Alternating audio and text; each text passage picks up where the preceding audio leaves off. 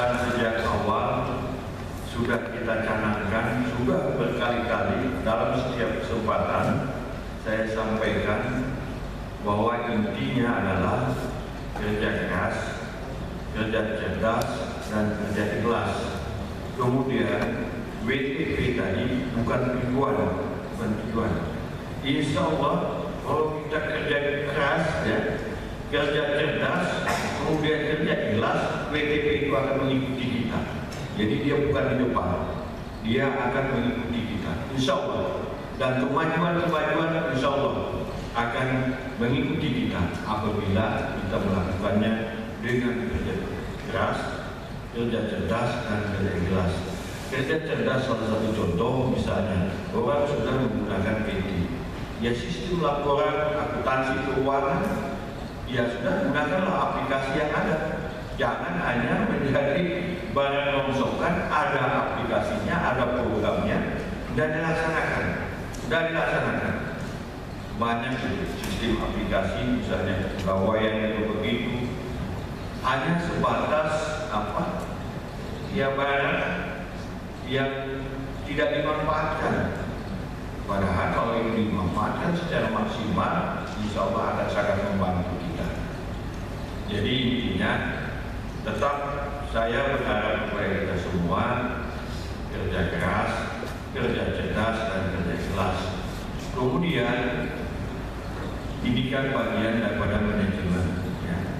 Manajemen perencanaan, organizing, equity, controlling, ya. Bagian daripada controlling, pengendalian intern.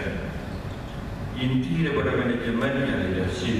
Jadi kepemimpinan harus baik dalam setiap SKPD. Jadi lakukanlah prinsip kepemimpinan yang baik. Kemudian inti daripada leadership itu adalah komunikasi. Kalau tidak ada komunikasi dengan bawahan, ya percuma. Dan bakalan tercapai seperti apa yang disampaikan oleh BPKP tadi. Jadi komunikasi lakukan setiap saat. Kemarin kami rapat dengan direktur rumah sakit. Nah, saya baru tahu persoalan rumah sakit.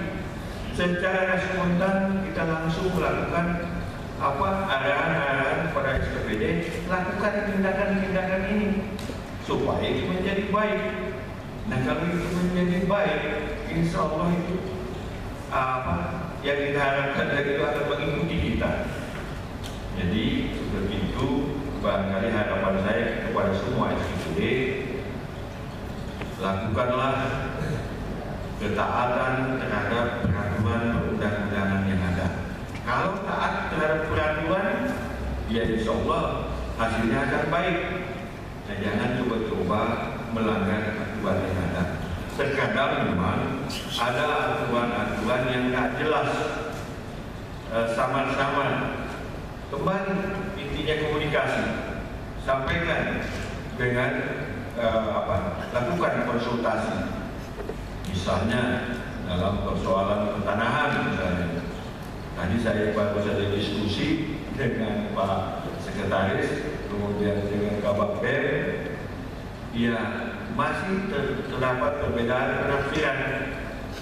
Jadi kalau terjadi seperti itu, ya konsultasi, komunikasi intinya, sehingga kita tidak menambah aturan yang ada, kemudian kita bisa melangkah dengan jelas. Nah, saya yakin setiap SKPD barangkali di dalam melaksanakan tugasnya berhadapan dengan persoalan-persoalan itu.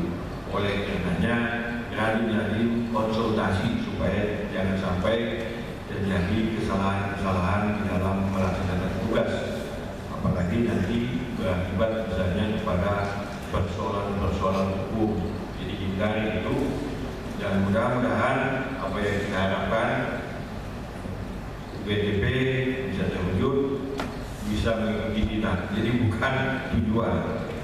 Jadi bekerja saja dengan kerja keras, kemudian kerja cerdas, kemudian selebihnya ikhlas.